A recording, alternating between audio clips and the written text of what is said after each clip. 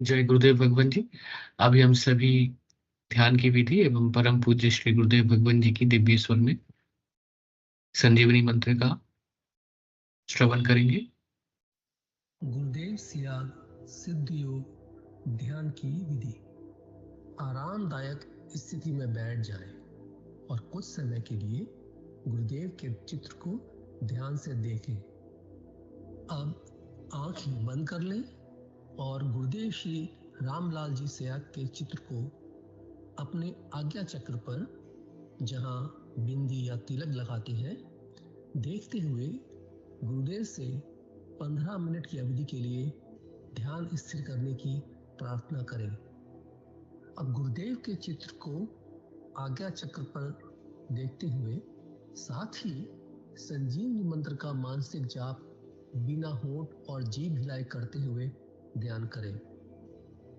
इस दौरान यदि आपको कोई यौगिक क्रिया हो तो घबराएं नहीं, ना ही इसे रोकने का प्रयास करें। ध्यान की अवधि पूर्ण होते ही यह क्रियाएं स्वतः बंद हो जाएंगी। इस विधि से सुबह शाम हल्के पेट नियमित रूप से केवल 15 मिनट का ध्यान करें और संजीवनी मंत्र का मानसिक जाप हर समय करें। कुछ विशेष ध्यान रखने योग्य बातें। संजीवनी मंत्र का मानसिक जाप अपने दैनिक कार्य कर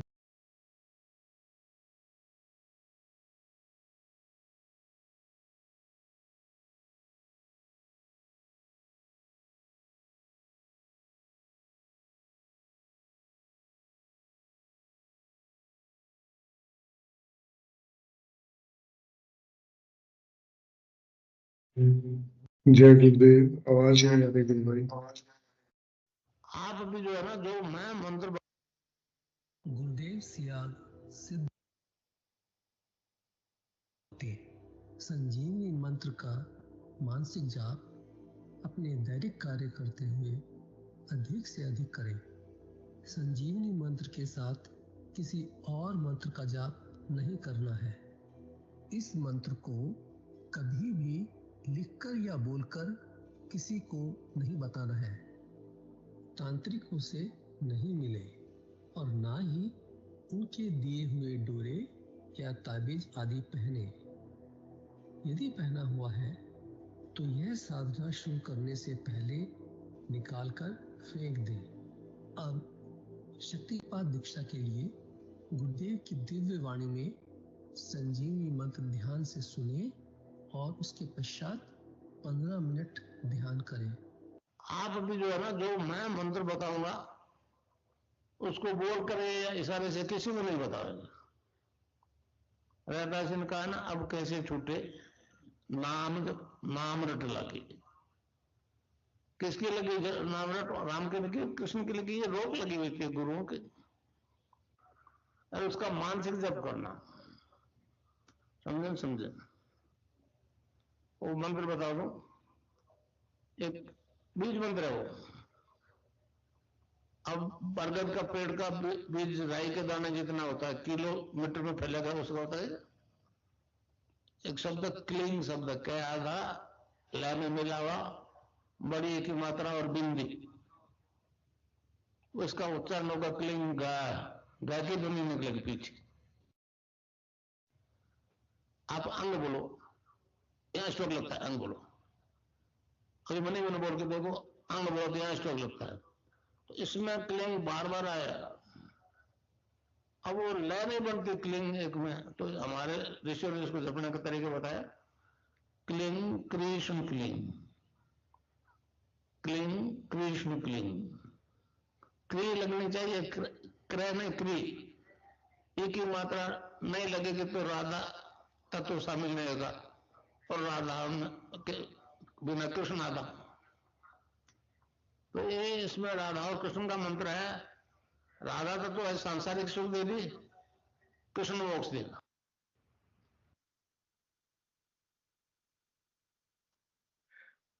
जय गुरुदेव। अब हम आज की दिव्य लेखनी पढ़ेंगे। मोक्ष की प्राप्ति केवल कृष्ण उपासना से ही संभव है। गुरुदेव ने यह लेख 1988 में लिखा, 3 अप्रैल को। मनुष्य योनि प्राणीधारियों में सर्वोत्तम योनि है। मनुष्य शरीर ईश्वर का सर्वोत्तम स्वरूप है। केवल इसी योनि में ईश्वर की प्रत्यक्षानुभूति और साक्षात्कार संभव है और इसके बिना मोक्ष असंभव है। केवल मोक्ष ही जीवन का आखिरी उद्देश्य है। भगवान श्री कृष्ण ने स्पष्ट कहा है कि यह मनुष्य शरीर सुख रहित क्षण भंगुर है। केवल ईश्वर प्राप्ति से ही मोक्ष और परमानंद की प्राप्ति संभव है। माम ही पार्थ व्यापाश्रित्य येऽप्युस्यु पापयोनयः स्त्रियो वैश्यास्तथा शूद्रस्ते अपि यान्ति पराम गतिम्। गीता का 9वां अध्याय 32वां श्लोक। किम पुनः पुनर्ब्रह्मणः पुण्या भक्ता राजर्षय स्थितः अनित्यं सुख लोकमिमं प्राप्य भजस्व माम। गीता का 9वें अध्याय का 33वां श्लोक। भगवान ने कहा है कि क्योंकि हे अर्जुन, स्त्री, वैश्य, शूद्रादिक तथा पाप योनि वाले जो भी कोई होवे, वे भी मेरे शरणागत होकर परम गति को प्राप्त होते हैं। फिर क्या कहना है। पुण्यशील ब्राह्मण जन तथा राजर्षि भक्तजन परम गति को प्राप्त होते हैं। इसलिए सुख रहित क्षण भंगुर इस मनुष्य शरीर को प्राप्त होकर मेरा ही भजन कर। परंतु हम देखते हैं भगवान ने गीता में सारी स्थिति स्पष्ट कर दी है। फिर भी संसार का मानव भ्रमित हुआ अविश्वासी नास्तिकों की तरह भटक रहा है, या फिर छोटे छोटे देवताओं तथा प्रेतों के सामने नतमस्तक हुआ भयंकर कष्ट भोगते हुए नष्ट होकर अधोगति को प्राप्त हो रहा है। गुरुदेव ने यहाँ पे छोटे छोटे देवताओं की बात भी की है। एक तो कलयुग के कारण संसार में पूर्ण रूप से तामसिक शक्तियों का साम्राज्य, और फिर ऐसी स्थिति में त्रिगुणमयी योग माया के चक्कर से निकलना इस युग में बड़ा कठिन है। केवल भगवान की अनन्य शरण से ही काम बनना संभव है। देवी योषा गुणमयी मम माया दुरत्यया मामे वे ये प्रपद्यन्ते मायमेताम तरन्ति ते। गीता का 7वां अध्याय 14वां श्लोक। भगवान कहते हैं, क्योंकि यह अलौकिक त्रिगुणमयी मेरी योग माया बड़ी दुस्तर है। जो पुरुष मेरे को ही निरंतर भजते हैं वे इस माया का उल्लंघन कर जाते हैं। ऐसी स्थिति में इस युग में प्रचलित आराधनाओं से मोक्ष प्राप्त करना असमर्थ है। संसार के सभी प्राणी त्रिगुणमयी माया के क्षेत्र की शक्तियों को ही मोक्ष देने वाली सत्ता समझकर उनके चक्कर में भ्रमित हो रहे हैं। आ ब्रह्म भुवन लोकः पुनरावर्तिनोर्जुन मामे पितृतु कौन्तेय पुनर्जन्म न विद्यते। गीता 16वां अध्याय। हे अर्जुन, ब्रह्मलोक से लेकर सब लोग पुनरावर्ती स्वभाव वाले हैं, परंतु हे कुंती पुत्र, मुझको प्राप्त होकर पुनर्जन्म नहीं होता। इस पर भी काल के गुणधर्म के कारण लोगों की ऐसी मति भ्रमित हो रही है कि जन्म मरण के चक्कर में डालने वाली शक्तियों से ही लोग मोक्ष की उम्मीद कर रहे हैं। सर्वधर्मान परित्यज्य मामेकम शरणम व्रज अहम त्वा सर्व पापेभ्यो मोक्षयिष्यामि मा शुचः। गीता 18वां अध्याय 66वां श्लोक। सब धर्मों को त्याग कर केवल एक मुझ परमात्मा की शरण को प्राप्त हो, मैं तुझे संपूर्ण पापों से मुक्त कर दूंगा, तू शोक मत कर। इसके बावजूद संसार के प्राणी उस सनातन सत्ता को छोड़ माया की तरफ आकर्षित हो रहे हैं। संसार में तामसिक वृत्तियों का एक क्षत्र साम्राज्य स्थापित हो चुका है। भारत में तो यह अंधकार सर्वाधिक ठोस बनकर जम चुका है। जब आध्यात्मिक गुरु भौतिक विज्ञान की सच्चाई के विरुद्ध प्रचार करते हैं तो मुझे भारी दुख होता है। ऐसे ढोंगी लोग अपना जीवन तो बिगाड़ ही रहे हैं, भोले भाले लोगों को धर्म की आड़ में भारी संकट में डालकर भारी पाप के भागी बन रहे हैं। यह रोग तो मन रंगने से ही ठीक होगा, क्योंकि यही सारा प्रपंच हमसे करवा रहा है। मीरा भाई ने ठीक कहा है, अपने ही रंग में रंग दे चुनरिया। ऐसी स्थिति में अगर भारत के हिंदू कितना ही प्रयास करें, संसार के लोगों को प्रभावित नहीं कर सकेंगे। भारत में इस समय न धर्म बचा है, न सच्चाई और ईमानदारी बची है, और न ही राष्ट्रीयता। जब तक हम इस कटु सत्य को स्वीकार करके बीमारी का इलाज नहीं खोजेंगे, हमारा कल्याण असंभव है। तिलक छापे करने, कपड़े रंगने, तन रंगने से काम चलने वाला नहीं है। यह रोग तो मन रंगने से ही ठीक होगा, क्योंकि यही सारा प्रपंच हमसे करवा रहा है। मीराबाई ने ठीक ही कहा है, अपने ही रंग में रंग दे चुनरिया। जय गुरुदेव, जय दादा गुरुदेव। आज की हमने दिव्य लेखनी पर समर्थ सदगुरुदेव श्री रामलाल जी से आ गए और बाबा श्री गंगाईनाथ जी योगी के श्री चरणों में बारंबार प्रणाम। गुरुदेव ने अध्यात्म ज्ञान सत्संग केंद्र जोधपुर की स्थापना की और मिशन को आगे बढ़ाने के लिए अलग अलग जगह प्रचार किया, अलग अलग कार्यक्रमों में से जनमानस को शक्तिपात दीक्षा दी एवं अभी भी जो क्रम जारी है। गुरुदेव एक शक्तिपात में एक मंत्र देते हैं जो YouTube पे अवेलेबल है, और यह मंत्र साधक को निरंतर जपना होता है। इसी से सारे परिवर्तन साधक में आते हैं। यह सब ब्रह्म से पर ब्रह्म की प्राप्ति का सिद्धांत है जो प्रतिपादित हो रहा है सभी प्राणियों में। इस कार्यक्रम को हम सुबह 5 बजे एवं शाम को 7 बजे आयोजित किया जाता है यह कार्यक्रम, और इसमें हम सामूहिक ध्यान करते हैं, गुरु चर्चा करते हैं एवं आपसी जो अनुभव होते हैं उनको साझा करते हैं। एवं गुरुदेव का आदेश है कि आपको जो हो रहा है वो दुनिया को बताओ। तो अब क्योंकि ये इंटरनेट के माध्यम से YouTube पे जाता है, तो यहाँ पे जो भी अनुभव साझा होते हैं वो हमेशा के लिए हमारे पास ऑनलाइन अवेलेबल हो जाते हैं, और वो कभी भी कोई भी गुरु भाई सुन सकते हैं, और ये वीडियोस देख के बहुत से लोगों को प्रेरणा मिलती है आराधना में आगे बढ़ने की, गुरुदेव में भक्ति बढ़ती है। तो चलिए इसी कड़ी में मैं निवेदन करूंगा कि कोई भी गुरु भाई बहन और जिनको कोई अनुभूति सुनानी हो या कोई प्रश्न पूछना हो तो मैं उनका स्वागत करूंगा। जय गुरुदेव। गुरुदेव जय की गुरुदेव गुरु भाई। जी भाई साहब, जय गुरुदेव। जय गुरुदेव गुरु भाई, जय गुरुदेव सभी को। गुरु जी भाई भाई मैं साहब। एक सवाल, एक जिज्ञासा मंच पे रखना चाहता हूँ। आपसे भी चाहूंगा इस विषय में कुछ बोले। एक परिवार जी है, वहां पे एक सदस्य की वजह से घर में काफी कलेश होते हैं, और जी इस तरह के एग्जाम्पल दूसरे परिवारों में भी मुझे देखने को मिले कि जब गुरुदेव की वहां पे फोटो लगा दी गई तो उस परिवार के उस सदस्य ने, जिसकी वजह से घर में कलेश होते थे, परेशानियां हैं, उसने फोटो को फाड़ना शुरू कर दिया या हटाने के लिए जोर देना शुरू कर दिया कि हटाओ हटाओ इस फोटो को, या खुद जो है उसको फाड़ ही दिया। तो हम गुरु भाई, हम हमेशा यही प्रयास करते हैं, यही बताते हैं कि हर कमरे में गुरुदेव की फोटो लगा दो। अब अगर वो परिवार का वो सदस्य जिसकी वजह से घर में अशांति है, कलेश है, वो फोटो को ही हटा दे, तो फिर ऐसे में हमें क्या करना चाहिए?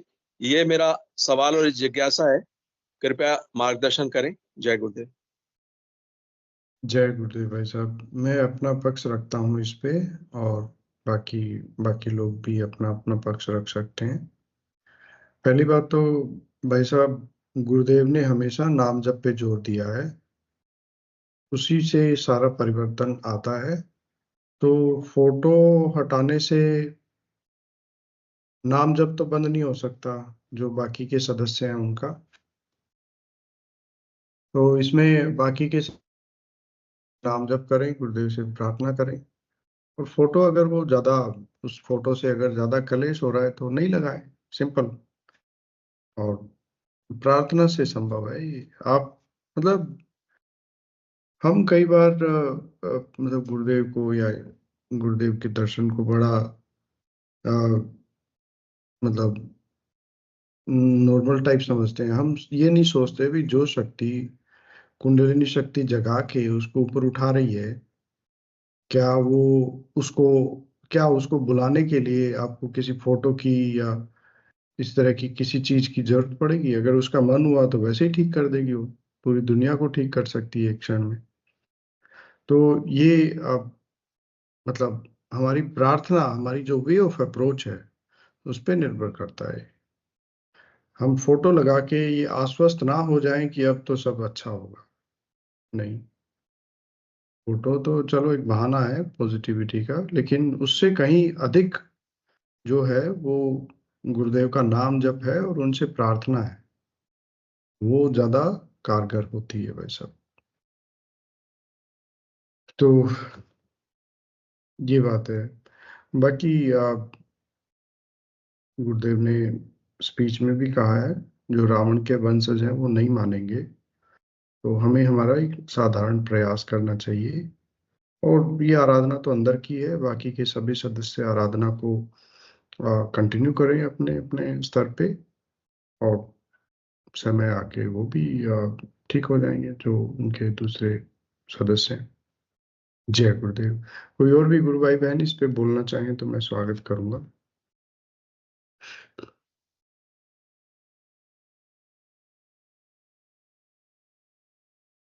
जी चलिए, कोई बात नहीं। तो भाई साहब यही एक हम उनको सजेस्ट कर सकते हैं कि गुरुदेव से प्रार्थना और नाम जप, यही मुख्य आधार है इसके आराधना के। जय गुरुदेव। अब चलिए, मैं जब तक कोई गुरु भाई बहन आते हैं मैं गुरुदेव का एक अनुभव पढ़ देता हूँ। ये स्पिरिचुअल साइंस है हमारी मई 2021 की। साधक की अनुभूति है। मेरे परम आराध्य प्रभु जी, समर्थ सदगुरुदेव रामलाल जी सिया जी के श्री चरणों में एवं दादा गुरुदेव बाबा श्री गंगानाथ जी योगी के श्री चरणों में मेरा कोटि कोटि प्रणाम। मैं 20 फरवरी 2014 से प्रभु जी के गुरुदेव की साधना कर रहा हूँ। मेरे परिवार पर गुरुदेव की अपार अनंत असीम कृपा है। मैं शारीरिक रूप से अस्वस्थ थी। मुझे माइग्रेन, ऑस्टियोपोरोसिस, हाइपर एसिडिटी और कब्ज था। और 23 अक्टूबर 2016 को कमर में भयंकर तकलीफ होती थी। LN4, LN5 डिसिप्लिन लुम्बार स्पॉन्डिलाइसिस हो गई थी। ये एक बीमारी का नाम है जो गुरु बहन ने बताया। डॉक्टर ने कहा कि मैं 6 महीने तक बिस्तर से नहीं उठ सकती। मैं नियम से नाम जप एवं ध्यान करती थी। जब कमर में तकलीफ हुई तो मैं लेट कर ही ध्यान और मंत्र जाप कर रही थी। 6 नवंबर 2016 को सुबह 4 बजे ध्यान के दौरान स्पाइनल कॉर्ड में, रीढ़ की हड्डी में वाइब्रेशन हुए और एक टक की आवाज हुई, मानो गुरुदेव ने ऑपरेशन करके हड्डी को सेट कर दिया। 8 नवंबर 2016 को गाड़ी में बैठकर 3 घंटे का सफर किया पर मुझे कोई तकलीफ नहीं हुई। परम दयालु प्रभु श्री गुरुदेव की जी की कृपा से मैं स्वस्थ हो रही हूँ। मैंने कोई दवा नहीं ली। 24 दिसंबर 2019 को मेरी सासू माँ को शरीर के दाहिने तरफ लकवा हुआ और ब्रेन में क्लोट जम गया था, जिसको मेडिकल भाषा में स्कैमिक स्ट्रोक कहते हैं। डॉक्टर ने कहा यह बोल नहीं पाएंगी, इनकी नसें मर चुकी हैं। माँ गुरुदेव की आराधना करती थी। उनको होश नहीं था, बोली बंद हो गई थी। आईसीयू में मोबाइल ले जाना मना था। मैंने छुप कर उनको मंत्र सुनाया, तब गुरुदेव गुरुदेव बोलने लगी। फिर तीसरे दिन सीटीएस बंद हुआ। तब डॉक्टर ने कहा कि अब सुधार है, क्लोट बढ़ा नहीं है। माँ हाथ पैर स्वयं उठाने लग गई और अस्पताल से 7वें दिन घर आ गई। डॉक्टर और नर्स बोल रहे थे कि यह पहला न्यूरो पेशेंट है जो इतनी जल्दी रिकवर किया है। माँ को अस्पताल में जब सुबह शाम ध्यान करवाया और बार बार मोबाइल से मंत्र सुनाया, तब माँ के साथ अस्पताल में मैं भी ध्यान करती थी। उस समय गुरुदेव की सकारात्मक ऊर्जा विशेष रूप से अनुभव कर रही थी। माँ 45 दिन में बिल्कुल स्वस्थ हो गई। उनकी उम्र 90 साल के करीब है। आज माँ अपना नित्य कर्म स्वयं करती हैं और लाठी के सहारे एक तल्ला चढ़ जाती हैं। कोई दवा नहीं ले रही हैं। उनकी 4000 रुपए की दवा चल रही थी। माँ कहती हैं, गुरुदेव मुझे शक्ति दे रहे हैं। उन्होंने डॉक्टर से बिना पूछे दवा भी बंद कर दी। मेरे पतिदेव 35 साल से शराब पी रहे थे। उनको भी नाम जप और ध्यान करवाया। इन्होंने 9 अगस्त 2017 से शराब छोड़ दी। शराब छोड़ने के बाद उनमें कोई साइड इफेक्ट नहीं हुआ। वो भी गुरुदेव का नाम जप और ध्यान करते हैं। प्रभु श्री गुरुदेव जी के द्वारा दिया गया संजीवनी मंत्र संजीवनी बूटी की तरह काम करता है। पूज्य गुरुदेव इस ब्रह्मांड के सर्वोत्तम डॉक्टर हैं। मैं समर्थ सद्गुरुदेव के चरणों में ऋणी हूँ। धैर्य, श्रद्धा और पूर्ण विश्वास के साथ समर्पण भाव से समर्थ सद्गुरुदेव का ध्यान एवं नाम जप करने से ही गुरुदेव की दिव्य कृपा प्राप्त होती है। सिद्धियों की साधना से मानव मात्र का सर्वांगीण विकास संभव है। जय समर्थ सद्गुरुदेव। गुरुदेव के श्री चरणों में मेरा कोटि कोटि प्रणाम। नाम कंचन शर्मा, झारखंड, रांची से हैं गुरु बहन। बड़ा अच्छा लेख हमने पढ़ा अभी। अब मैं और देखता हूँ। ये शायद गुरुदेव ने लिखा है। साधकों के ज्ञान बोध के लिए श्री स्वामी शिवोम तीर्थ महाराज जी की पुस्तक अंतिम रचना के लेख क्रमशः शुरू किए हैं। आशा है साधकों की आराधना में सहायक सिद्ध होंगे। माफ कीजिएगा, ये कोई अंतिम रचना के लेख हैं, तो हम कुछ और देखते हैं। गुरुदेव का लिखा हुआ या किसी साधक का अनुभव। देव लिखते हैं, युग परिवर्तन अनिवार्य है। काल चक्र अबाध गति से निरंतर चलता ही रहता है। संसार की हर वस्तु परिवर्तनशील है। शक्ति संतुलन ही शांति का द्योतक है। असंतुलन ही अशांति और दुखों का कारण है। मानव जाति में जो आज अशांति नजर आ रही है, वह असंतुलन का ही कारण है। आज तो स्थिति यह है कि तामसिकता का पलड़ा बहुत भारी है। संसार भर की राज सत्ता पर वह शक्ति निरंकुश होकर एक छत्र शासन कर रही है। हम देख रहे हैं कि हमारे देश के सत्ताधारी वर्ग इस प्रकार के तांत्रिकों का आशीर्वाद प्राप्त करने को भटकते रहते हैं। इस प्रकार तामसिकता के प्रभाव में उन्हें जो करना चाहिए वही वे बेचारे करने को विवश हैं। संसार में जब तक यह वर्ग सात्विक सत्ता के दिशा निर्देश से काम नहीं करने लगेंगे, तब तक शांति पूर्ण रूप से असंभव है। तामसिक शक्तियां चोर शक्तियां हैं। वे हमेशा नकली संत का भेष बनाकर धोखा देती हैं। सारी गड़बड़ ईश्वर की आड़ लेकर चल रही है। एक साधारण व्यक्ति भी कर्ण पिशाचिनी की सिद्धि करके संसार को मूर्ख बनाकर एक शुद्ध पुरुष, सिद्ध पुरुष के रूप में ख्याति प्राप्त करके पूजा जा रहा है। तामसिकता का एक क्षत्र साम्राज्य होने के कारण लोगों की बुद्धि ऐसी भ्रमित कर रखी है कि वे भले बुरे की पहचान ही नहीं कर सकते, क्योंकि कुएं में ही भांग पड़ी हुई है। अतः जिधर देखो उन्हीं के झुंड नजर आते हैं। अब ऐसी तामसिक शक्तियों का अत्याचार अपनी चरम सीमा पर पहुंच चुका है। मैं ऐसे कई सज्जन लोगों से मिला हूं, जब वे किसी संत के चमत्कारों की प्रशंसा करके उसके गुणों का बखान करते हैं, तो मुझे उन सीधे साधे और ईश्वर के प्रति जिज्ञासु लोगों पर बहुत तरस आता है। मैं चुपचाप सुनकर हंस देता हूं। सभी घटी हुई घटना को इस प्रकार बताते हैं कि बेचारे भोले भाले लोग उनको अच्छा संत समझकर अच्छी भेंट पूजा करते हैं। कर्ण पिशाचिनी अपने सीमित दायरे के अंदर साधारण व्यक्ति के मन की बात जानकर उस व्यक्ति को बताने में सक्षम होती है जिसके अधीन वह कार्य करती है। अब वह तथाकथित संत जितना अधिक चतुर होगा, उतना ही भौतिक लाभ उठाते हुए पर्दे के पीछे असलियत को छिपाए रखेगा। मैं ज्यादा तो नहीं बोलूंगा, परंतु आजकल ये कुछ समय से बात आ रहे थे कि कोई व्यक्ति है, वो सामने बैठ के और बात लिख देता है सामने वाले के मन की। तो ये गुरुदेव कहते हैं कर्ण पिशाचिनी एक सिद्धि होती है भूत प्रेत की, तंत्र मंत्र होता है, तो उससे ये संभव है। असलियत को छिपाए रखेगा। आध्यात्मिकता के नाम पर आज इसी शक्ति का बोलबाला है। अंधों में काना ही राजा होता है। ठीक वही हालत आज संसार में आध्यात्मिक क्षेत्र में सर्वत्र व्याप्त है। धर्म प्रत्यक्षानुभूति का विषय है। इसमें उपदेश और अन्य भौतिक चमत्कार होते ही नहीं।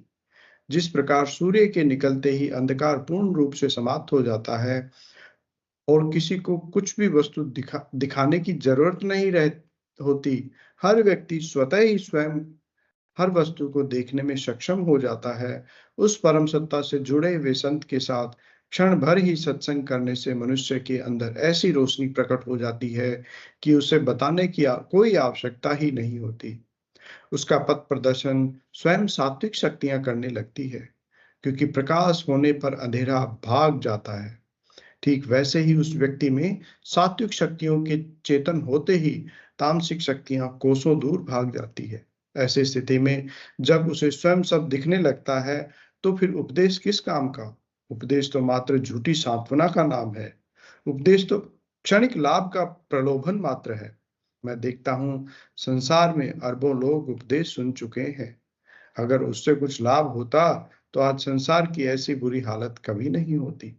इस युग की भौतिक सत्ता पर पूर्ण रूप से तामसिक शक्तियों का अधिकार है। तामसिक शक्तियां अपने गुण धर्म के कारण ही उनका गुण धर्म के अनुसार उसका उपयोग कर रही हैं। यही कारण है कि भौतिक विज्ञान प्राणियों के संहार के लिए काम में लिया जा रहा है। अगर संसार की राजसत्ता पर सात्विक शक्तियों का प्रभाव हो जाए तो स्थिति बिल्कुल विपरीत हो जाएगी। इस समय तो बंदर के हाथ में उस्तरा आने वाली स्थिति है।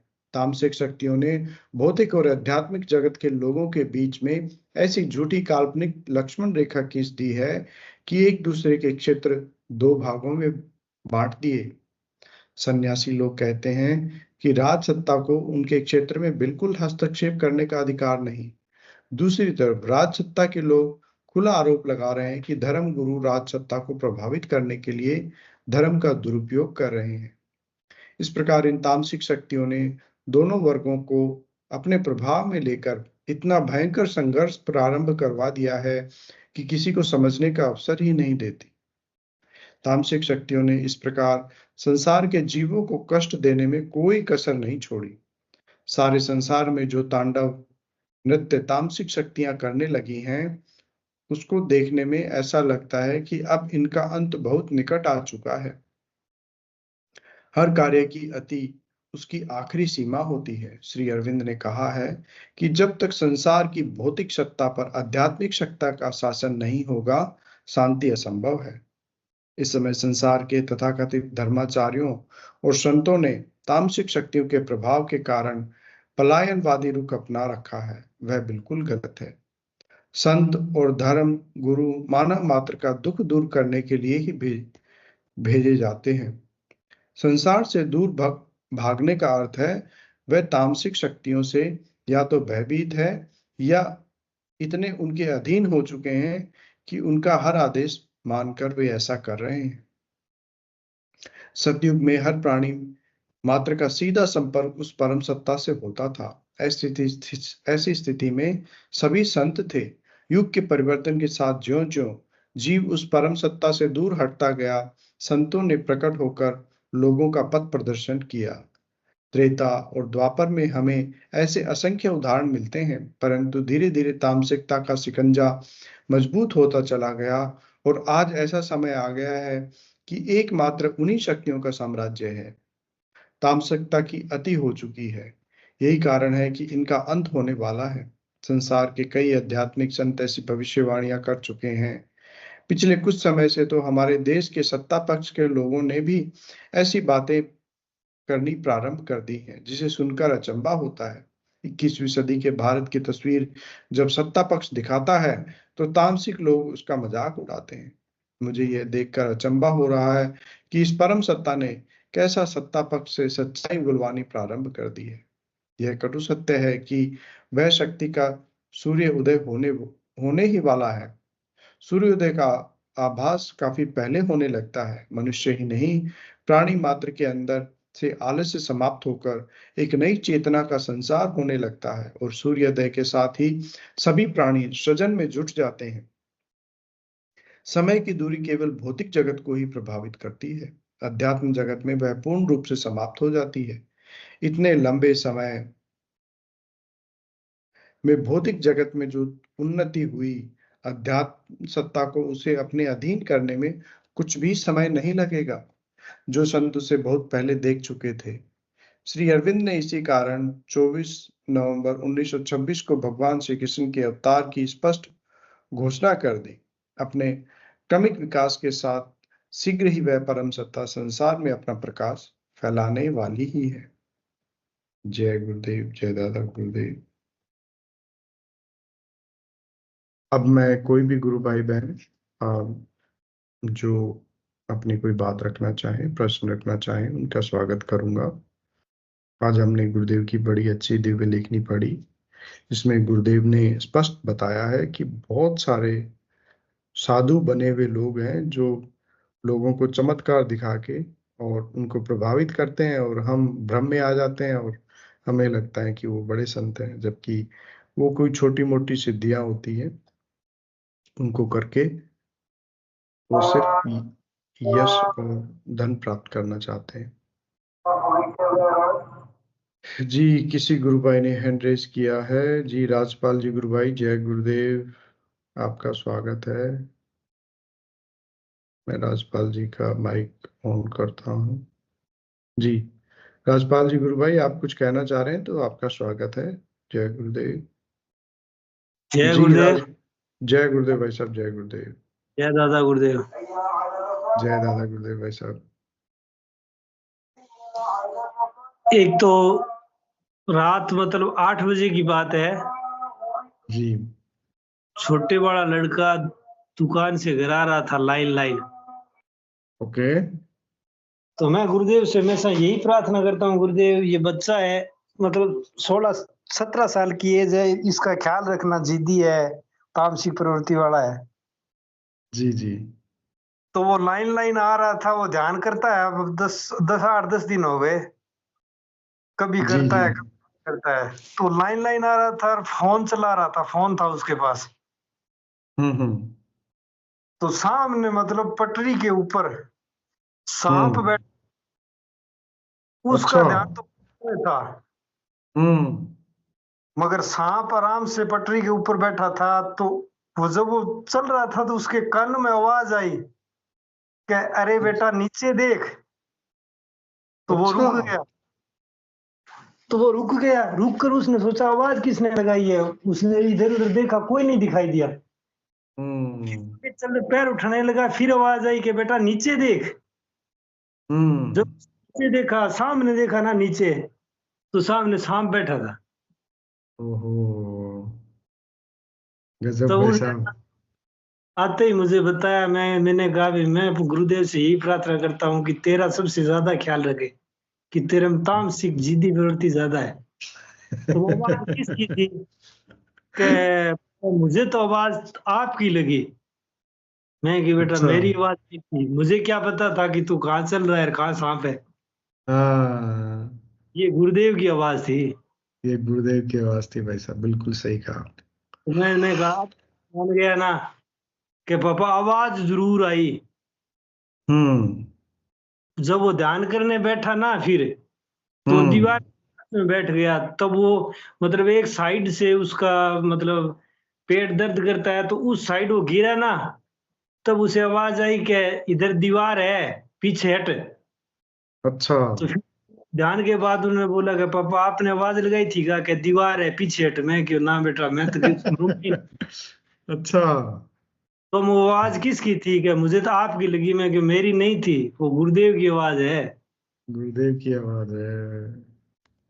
एक मैं मेरा छोटा सा अनुभव बता दूं कि 4-5 नाइट को डेली मतलब 4:15 से एक तस्वीर आती है अर्ध जागृत अवस्था में। अच्छा। एक ही तस्वीर आती है, उसमें माल्यार्पण की हुई है। अच्छा। मैं कोशिश करता हूँ समझने की, तस्वीर फिर गायब हो जाती है। ओके। उसके बाद में आज सुबह 4:15 जो वो छोटे वाला कोई उसे तकलीफ हुई ना, तो वो उठा। उससे पहले मुझे मैं इतना मतलब मगन था कि तस्वीरों का ऊपर पूरा छतर हो गया। अच्छा। छोटी छोटी ओहो। तस्वीरें, छोटी छोटी तस्वीरें जो गुरुदेव की अब छोटी छोटी तस्वीरें चला रखी है ना, तो वैसी वो आने लगी। मतलब एक एक एक फुट से 1 फुट से बड़ी ये तस्वीरें सब पर मालार्पण की हुई है। पहले एक तस्वीर आई, उसके बाद 2 आई, उसके बाद में पूरी लाइन लग गई और मेरे अच्छा। पूरे छत पे आसमान में देख रहा हूँ, पूरी तस्वीरें ही तस्वीरें आ गई। वाह, गजब भाई तो साहब। मैंने गुरुदेव से प्रार्थना की, गुरुदेव ये क्या है, क्या लीला है, बता दो। तो अभी तक तो बताया नहीं क्या लीला है, मगर तस्वीरों का ऊपर पूरा छतर हो गया। अच्छा। तो मैंने सोचा एक छोटा सा अनुभव है भाइयों को बता। बहुत अच्छा है भाई साहब, ये तो गुरुदेव की तस्वीर तो जीवंत है और तस्वीर से ही परिणाम मिल रहे हैं पूरी दुनिया में। दिन तो एक ही तस्वीर आती थी जब मैंने बताया नहीं, और कल मैंने मतलब पुकार की, गुरुदेव क्या होगा पता नहीं, कुछ ना कुछ तो बता दो।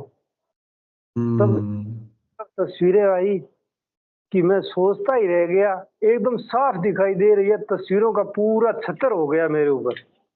अच्छा। लाइन में लग गई, एक लाइन लगी, फिर 2 लाइन, फिर 3 लाइन, फिर पूरे मैं देख रहा हूँ जितना मुझे दिखाई दे रहा है वहां पे तस्वीरें ही तस्वीरें। ओके। सब पे माला चढ़ी हुई है फूलों की।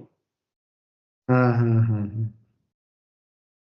और गजब अनुभूति है भाई साहब आपकी, और आपकी अनुभूतियां तो बड़ी दिव्य रहती है हमेशा ही। गुरुदेव की कृपा से नाद जी। बड़ा जबरदस्त सुनाई दे रहा है। नाद सुनता हूँ, गजब। मंत्र की कोशिश करता हूँ मगर रुक जाता है, फिर नाद और फोक्स चला जाता है, आगे गुरुदेव भगवान ही जाने।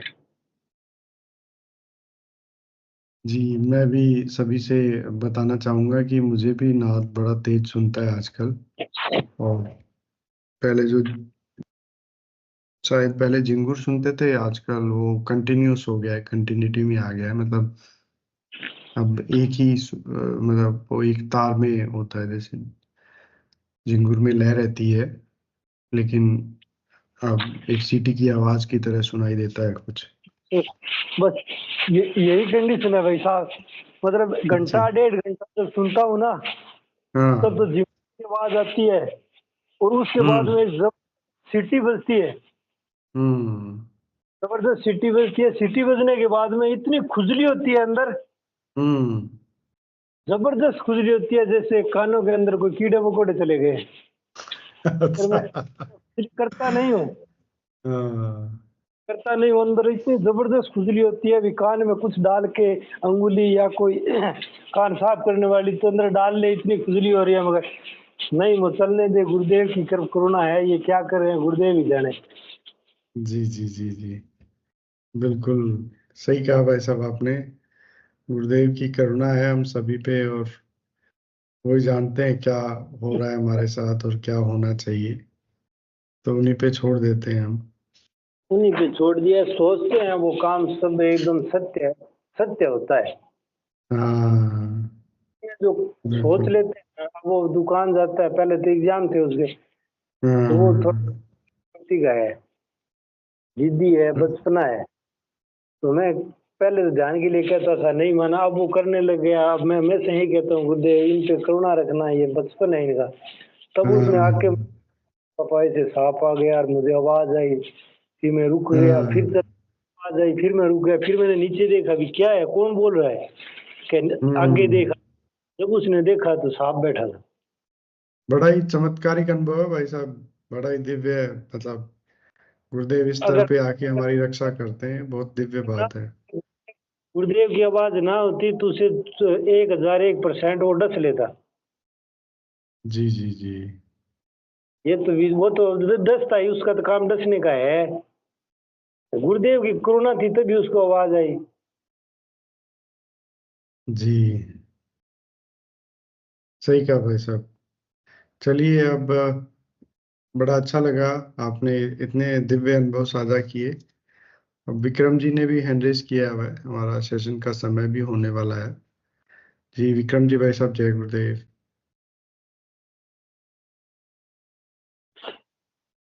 जय गुरुदेव, जय दादा गुरुदेव गुरु भाई। जय गुरुदेव भाई साहब, जय गुरुदेव। जय गुरुदेव सभी गुरु भाई बहनों को। आज एक अनुभूति हुई अभी ध्यान के दौरान, अपन साथ में जब ध्यान कर रहे थे ना, क्या हुआ जी आज्ञा जी। चक्र में एक ऐसा वो चक्र बना, जैसे वो पानी गिरता है जब वो ऐसा चक्र बनता है ना, तो वो 7 कलर से पूरे शरीर में वो हो रहे थे, समावेश हो रहे थे। मैं अच्छा। गौर से देखी तो एक पहला की ये मूर्ति बन गई है ना, क्या चक्र। फिर क्या मैंने बहुत ध्यान दिया तो मेरा चेहरा ही वो बन गया, देखो गोल चेहरा, और यहाँ पर पूरे पूरे में ऐसा पीले चंदन से लगे हैं, ऐसे बहुत सुंदर, किसी महिला से भी सुंदर, बहुत सुंदर। तो मैंने उनसे मन में पूछा, मैंने भगवान समझ नहीं पा रहा है जी किसकी मूर्ति बन रही है। बोले वो राधा, अम्बा, काली, दुर्गा बाहर करके पूछते हो ना, वो कुंडली शक्ति माता जिसको बोलते हैं वो है। मैंने उनके दर्शन किए, बहुत अच्छे से दर्शन किए, मेरा चेहरा ही में बन गया वो। फिर मैं क्या देख पा रहा कि मेरा चेहरा ही वो रूप, इतना सुंदर रूप था, इतना गोल चेहरा था भैया, बिल्कुल बहुत पहला नहीं सुंदर अभी तक देखी मैं तो। जी जी होता रहे। हाँ बोलिए भाई साहब। फिर क्या हुआ कि फिर मुझे नाभि मेरी जाके रीढ़ की हड्डी से चिपक गई ऑटोमेटिक, बिल्कुल बहुत जोर से चिपकी। तो मैंने कहा अब ये बंद तो लग चुका है, लेकिन वो फिर से पुनः लगा मुझे आज। तो ये मेरे अनुभव अभी ध्यान करने के दौरान, फिर आपने आवाज लगाई कि अब ध्यान का समय हो गया, ध्यान से बाहर निकले। तो गुरु भगवान को मन मन में प्रणाम करके, हे गुरुदेव समय भी हो गया है, सेशन भी चालू होने वाला है। तो लेकिन अर्धहोश था, उसके बाद भी मैंने प्रणाम करके आंख खोली और मेरा ये अनुभव और अनुभूति हुई है मुझे एक छोटी सी। तो गुरु भगवान बड़ी ने गजब की अनुभूतियां होती है भाई साहब, आपको गुरुदेव की कृपा विशेष है। आज अच्छा लगता है। बहुत अच्छा, आज मंत्र जाप खूब किया मैंने, दबा के किया, अच्छा याद कर करके। तो ये तो मंत्र के प्रणाम भैया, अगर आपका मंत्र अच्छा चला और आपने बिल्कुल, हाँ मेरा मन लगे न लगे, लेकिन मतलब गुरु भगवान का कहना है वही से मुझे प्यारा है जो अच्छा जाप करता है। तो मैं तो कोशिश करता हूँ, गुरु भगवान ने आज खूब अच्छा मंत्र चलवाया तो मजा आ गया। जय गुरुदेव, जय दादा गुरुदेव। जय गुरुदेव भाई साहब, जय गुरुदेव। गुरु भाई ने सही कहा, नाम जप ही हमारा मेन आधार आराधना का। अब मैं सभी से निवेदन करूंगा, कृपया अपना कैमरा और माइक ऑन कर लें। हिंगू अंकल, जय गुरुदेव, कृपया गुरुदेव सेशन को गुरुदेव के चरणों में समर्पित करें।